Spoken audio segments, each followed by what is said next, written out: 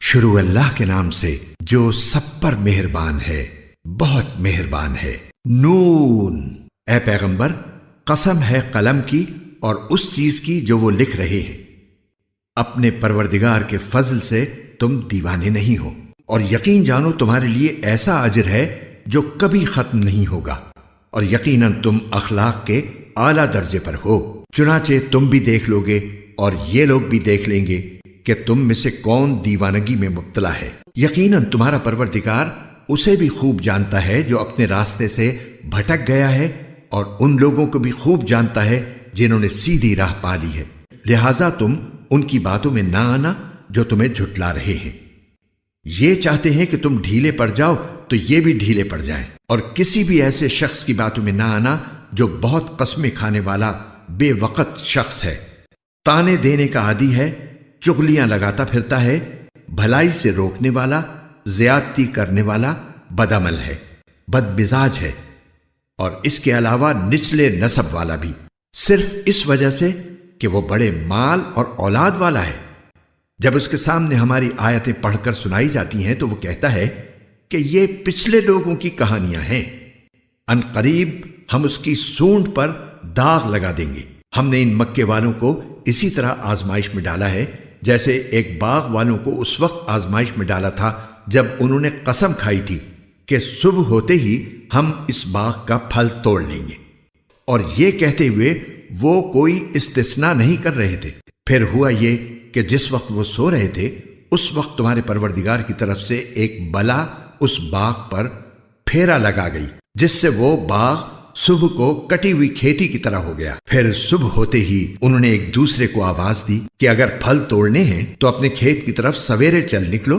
چنانچہ وہ ایک دوسرے سے چپکے چپکے یہ کہتے ہوئے روانہ ہوئے کہ آج کوئی مسکین تمہارے پاس اس باغ میں نہ آنے پائے، اور وہ بڑے زوروں میں تیز تیز چلتے ہوئے نکلے۔ پھر جب اس باغ کو دیکھا تو کہنے لگے کہ ہم ضرور راستہ بھٹک گئے ہیں۔ پھر کچھ دیر کے بعد کہا کہ نہیں، بلکہ ہم سب لٹ گئے ہیں۔ ان میں جو شخص سب سے اچھا تھا وہ کہنے لگا، کیا میں نے تم سے نہیں کہا تھا کہ تم تسبیح کیوں نہیں کرتے؟ کہنے لگے، ہم اپنے پروردگار کی تسبیح کرتے ہیں، یقیناً ہم ظالم تھے۔ پھر ایک دوسرے کی طرف متوجہ ہو کر ایک دوسرے کو ملامت کرنے لگے۔ پھر سب نے متفق ہو کر کہا کہ افسوس ہے ہم سب پر، یقیناً ہم سب نے سرکشی اختیار کر لی تھی۔ کیا بعید ہے کہ اللہ ہمیں اس باغ کے بدلے اس سے اچھا عطا فرما دے۔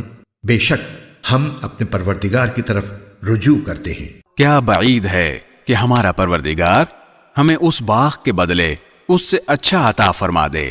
بے شک ہم اپنے پروردگار کی طرف رجوع کرتے ہیں۔ البتہ متقیوں کے لیے ان کے پروردگار کے پاس نعمتوں بھرے باغات ہیں۔ بھلا کیا ہم فرما برداروں کو مجرموں کے برابر کر دیں گے؟ تمہیں کیا ہو گیا ہے؟ تم کیسی باتیں طے کر لیتے ہو؟ کیا تمہارے پاس کوئی کتاب ہے جس میں تم یہ پڑھتے ہو کہ تمہیں وہاں وہی کچھ ملے گا جو تم پسند کرو گے؟ یا تم نے ہم سے قیامت تک باقی رہنے والی قسمیں لے رکھی ہیں کہ تمہیں وہی کچھ ملے گا جو تم طے کرو گے؟ اے پیغمبر ان سے پوچھو کہ ان میں سے کون ہے جس نے اس بات کی ضمانت لے رکھی ہو؟ کیا خدائی میں ان کے مانے ہوئے کچھ شریک ہیں جو یہ ضمانت لیتے ہوں؟ تو پھر لے آئیں اپنے ان شریکوں کو اگر وہ سچے ہیں۔ جس دن ساق کھول دی جائے گی اور ان کو سجدے کے لیے بلایا جائے گا تو یہ سجدہ کر نہیں سکیں گے۔ ان کی نگاہیں جھکی ہوئی ہوں گی، ان پر ذلت چھائی ہوئی ہوگی۔ اس وقت بھی انہیں سجدے کے لیے بلایا جاتا تھا جب یہ لوگ صحیح سالم تھے۔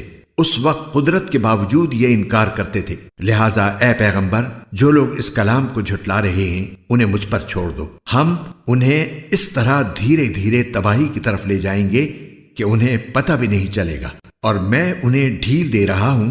یقین رکھو میری تدبیر بڑی مضبوط ہے۔ کیا تم ان سے کوئی اجرت مانگ رہے ہو کہ وہ تاوان کے بوجھ سے دبے جا رہے ہیں، یا ان کے پاس غیب کا علم ہے جسے وہ لکھ رہے ہوں؟ غرض تم اپنے پروردگار کا حکم آنے تک صبر کیے جاؤ، اور مچھلی والے کی طرح مت ہو جانا جب انہوں نے غم سے گھٹ گھٹ کر ہمیں پکارا تھا۔ اگر ان کے پروردگار کے فضل نے انہیں سنبھال نہ لیا ہوتا تو انہیں بری حالت کے ساتھ اسی کھلے میدان میں پھینک دیا جاتا۔ پھر ان کے پروردگار نے انہیں منتخب فرما لیا اور انہیں صالحین میں شامل کر دیا۔ جن لوگوں نے کفر اپنا لیا ہے جب وہ نصیحت کی یہ بات سنتے ہیں تو ایسا لگتا ہے کہ یہ اپنی تیز تیز آنکھوں سے تمہیں ڈگمگا دیں گے، اور وہ کہتے ہیں کہ یہ شخص تو دیوانہ ہے، حالانکہ یہ تو دنیا جہان کے لوگوں کے لیے ایک نصیحت ہی نصیحت ہے۔